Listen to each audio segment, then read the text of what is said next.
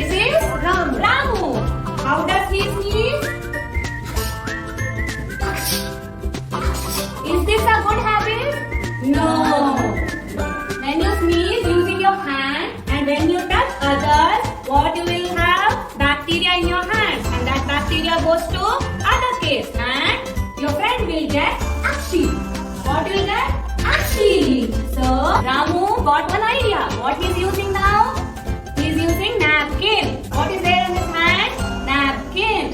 So now when he gets sneeze, he use napkin and say Akshi.